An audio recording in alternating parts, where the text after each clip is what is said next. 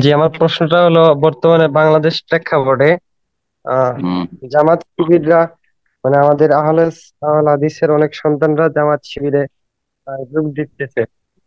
হুম। তো এখন তাদের আকীদা আমাদের আকীদাটা কেমন? আমার এলাকার অনেক কয়েকটা সন্তান অলরেডি বলছে যে আমাদের কাছে জামাত শিবির ভালো লাগে। তাদের জ্ঞান নেই তো সেজন্য ভালো লাগে, আবেগে ভালো যদি লাগে। যদি একটু বিস্তারিত জামাত বলতেন। ইসলামী, মাওলানা মওদুদী এর জামাত, জামাতে ইসলামী যার নাম কথিত জামাত ইসলামী, এবং জামাত ইখওয়ানুল মুসলিমিন ব্রাদারহুড, এই দুটোর আকীদা মানহাজে গুমরাহি আছে।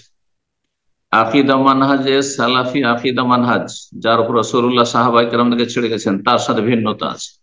তাদের কাছে একামতের দিন মানে রাষ্ট্রীয় ক্ষমতা, আমাদের কাছে একামতের দিন মানে ইসলামের যাবতীয় ফরজ ওয়াজিব, এবং সবচেয়ে বড় ফরজ হচ্ছে তৌহিদুল ইবাদা, আল্লাহর জন্য ইবাদতকে সুনির্দিষ্ট করা। হ্যাঁ, আর তাদের কাছে না না, আল্লাহর সার্বভৌমত্ব, আল্লাহর হুকুম চলবে, সুতরাং আদালতে মানুষের হুকুম চলবে না, আল্লাহর হুকুম এইটাই সবচেয়ে বড় ইবাদত। মসজিদ শূন্য থাকা, এগুলি হচ্ছে আপনার ওই বড় ইবাদতে, তাদের কাছে রাষ্ট্রীয় ক্ষমতা হচ্ছে বড় ইবাদত, ইবাদতে কুবরা। আর এগুলো ক্ষুদ্র ইবাদত, তাদের কাছে নামাজ রোজা হজ যাকাত এগুলো হচ্ছে ক্ষুদ্র ইবাদত, নাউজুবিল্লাহ। এই ভাষাগুলি মওলানা মওদুদীর তাফহিমাতে রয়েছে, রাসাইল ও মাসাইলে রয়েছে। আল্লাহ সব অনিষ্ট থেকে হেফাজত করুন। 10টি ধারাবাহিক আমার আলোচনা আছে জামাত ইসলামের গুমরাহি সম্পর্কে, যদি জানতে হয় সেই আলোচনাগুলি শুনে নেন। জি, বারাকাল্লাহ ফিক। যে আমার প্রশ্ন হচ্ছে, আপনার থেকে জেনে আসছি যে সবসময় সহিহ হাদিস হচ্ছে বুকের উপরে হাত বাঁধা। এখন জি। আমাদের কিছু আহলে হাদিস আলেম বলে এই হাদিস নাকি জয়ীফ, বুকের উপর হাত বাঁধা হাদিস জয়ীফ। হুম। আল্লামা আলবানী রাহমাহুল্লাহ যে তাহকিক পেশ করেছেন, তাতে তিনি বলেছেন এই মর্মে বুকের ভাত বাঁধা সম্পর্কে 4টি রেওয়াজ সহিহ হচ্ছে। আর যারা জয়ীফ বলেছে তারা খানিকটা হাম্বেলি প্রভাবিত, নাম কারো বলা দরকার নেই। হাম্বেলিরা, হাম্বেলির কথা হানাফিদের চাইতে একটু ভালো, তারা বলছে যে কোন বুকের নিচে হাত বাঁধাও জয়ীফ, আর ওপরেও জয়ীফ। কথা বুঝতে পেরেছেন?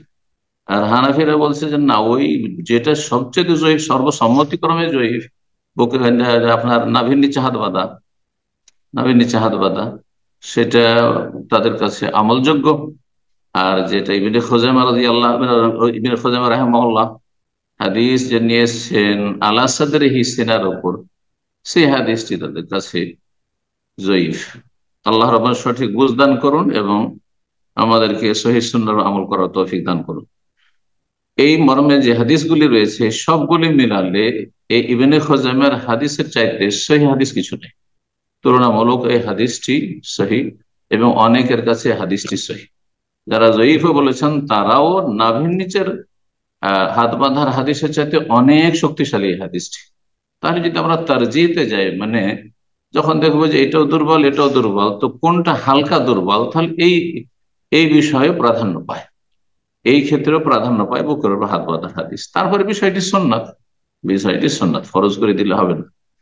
তো কথা হচ্ছে যে আমরা কোন মাযহাবের প্রভাবিত না হয়ে আমরা সেই হাদিস আমল করার চেষ্টা করি যথাসাধ্য।